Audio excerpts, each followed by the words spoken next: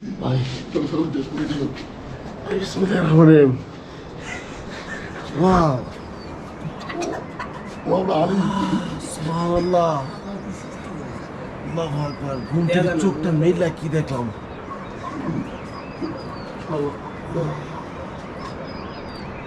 বিসমিল্লাহির রহমানির রহিম। আল্লাহু আকবার। আল্লাহ, হয়তো কিছুক্ষণ পরে এই দৃশ্য দেখাতে নাও যেতে পারে।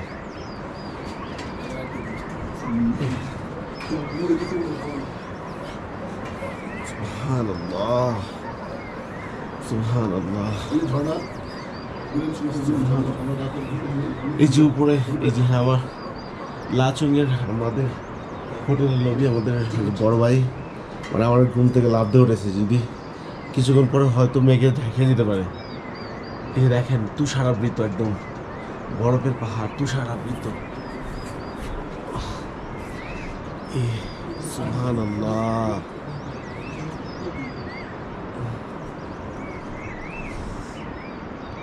ওই কর্নারে তো আছে, আমরা আরো ভিউ, বেটার ভিউ দেখবো ইনশাআল্লাহ। ইনশাআল্লাহ বেটার ভিউ দেখবো। আমি প্রস্তুত না, আমি ঘুম থেকে এখনো চোখে ঘুম। কি দেখলাম, সুবহানাল্লাহ।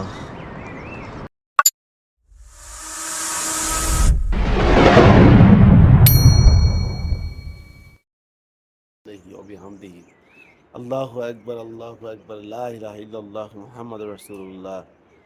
এই সৃষ্টি জগতের বিস্ময়, এই পৃথিবীর এই পাহাড় পর্বত, বিশাল এই পর্বত। আমি এখন দাঁড়িয়ে আছি লাচুং ভ্যালিতে। রাতের বেলা আসছি, অত বুঝি নাই এখানে কি ছিল। অনেক কষ্ট করে জার্নি করে আসছিলাম। আমি দুদিকে কাটাই যাচ্ছি, এত সুন্দর হতে পারে তুমি আল্লাহ, আল্লাহ কিভাবে এগুলো সৃষ্টি করছে। আমি আবেগ আপ্লুত, এত সুন্দর।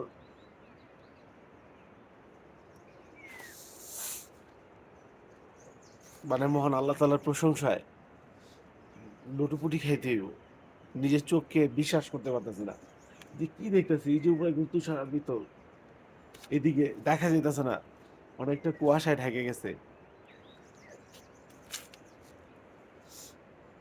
আল্লাহ বাঁচায় রাখছে আমার, মানে আমার মনে হচ্ছে যে আমার আল্লাহ বাঁচায় রাখছে দেখার জন্য। আমি কি বিস্ময়কর।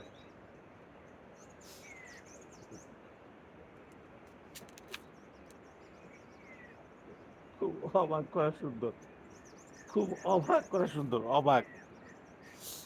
আপনি ভাবতে পারবেন না যে কতটা সুন্দর। আমি চোখ দিয়ে যা দেখতাছি, দুই চোখ দিয়ে যা দেখতাছি,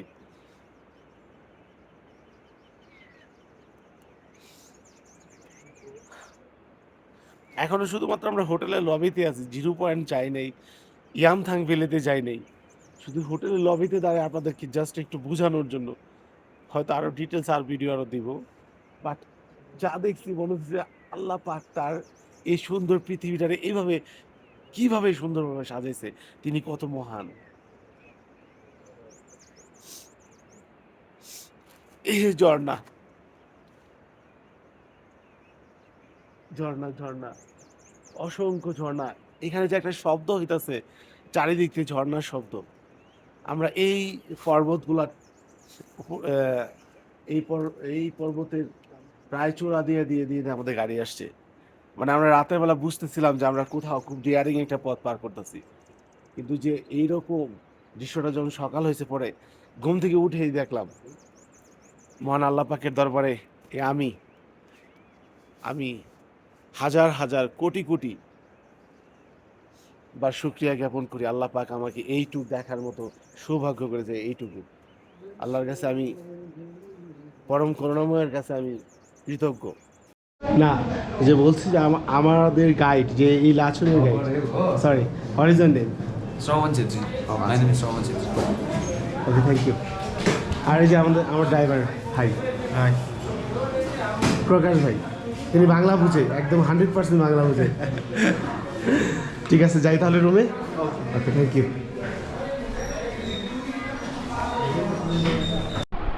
লাচুং ভ্যালির অপূর্ব সুন্দর প্রাকৃতিক নৈসর্গিক দৃশ্য দেখতে দেখতে সবাই কেমন জানি তন্ময় হয়ে গিয়েছিলাম।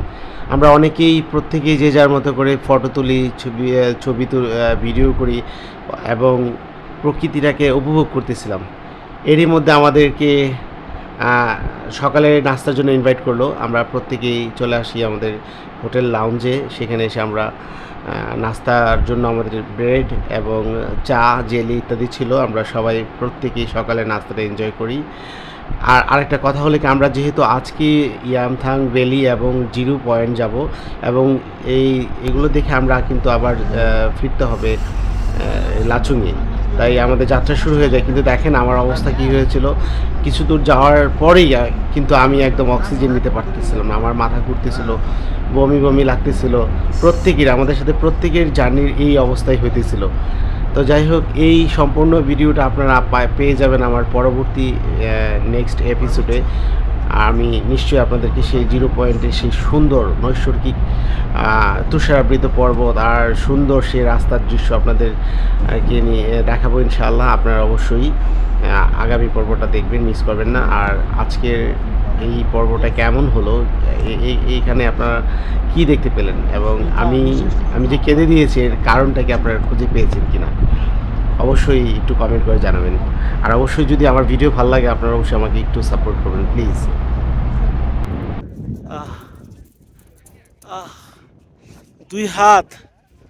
দুই হাত একদম ঠান্ডা হয়ে গেছে। ও আমার হাতটা একদম অবশ হয়ে গেছে এত ঠান্ডা। এই যে দেখেন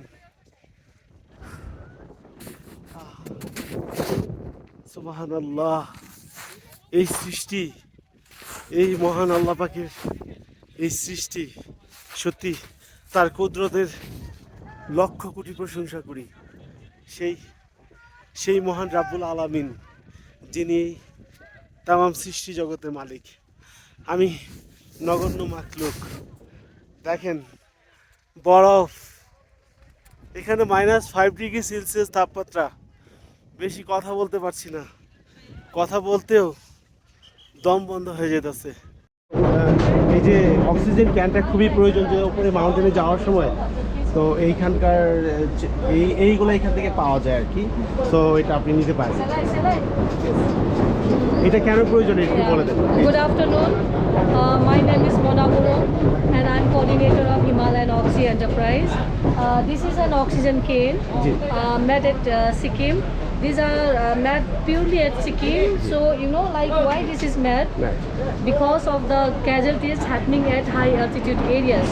So over there, when you travel towards high altitude, many tourists they fall sick due to lack of oxygen. So this is an instant first aid kit. So now government has made it mandatory. We are giving you 40% discount. It's a very reasonable rate. You come to our counter, you get discount. All right. Thank you so much. Price is very reasonable, around 500 to 600 rupees. Thank you so much. This is how you may use, fix and press and inhale. Oh, wow. Okay. Wow. Thank you. Very needed. Very much needed, sir. Thank you. দেখো ভাই, আমি কিন্তু ঢুকে গেছি, আমি কিন্তু বের হইতে পারতেছি না এই জিরো পয়েন্টের এই ইয়াতে। সুবহানাল্লাহ, এখানে ভুল হলে কিন্তু খুব বিপদ। অর্থাৎ এখান থেকে এখানে আর বেশি সময় থাকা সম্ভব না। এখানে কোনোভাবেই